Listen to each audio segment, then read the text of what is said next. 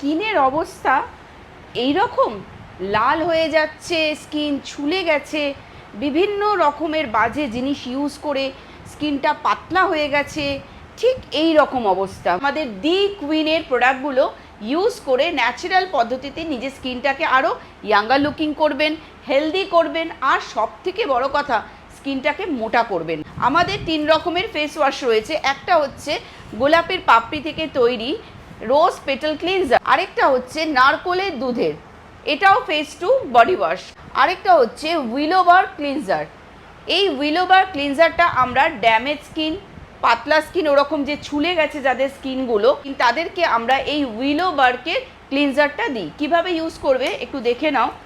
প্রথমে তোমরা এই ক্লিনজারটার মধ্যে একটা করে স্পুন দেয়া থাকবে, সেই স্পুনে করে তোমরা পরিমাণ মতন নেবে মুখের জন্য ঠিক এতটা পরিমাণ নেবে। এটা সারাদিনে 3 বার।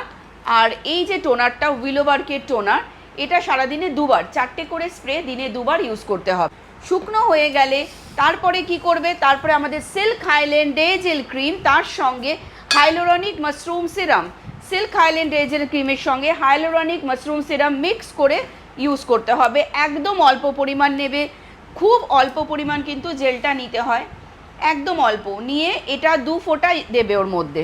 কারণ যত পারবো জিনিস ইউজ করে নেবো, অপচয় করার থেকে একটু রেখে রেখে ইউজ করাটাই বেটার হবে।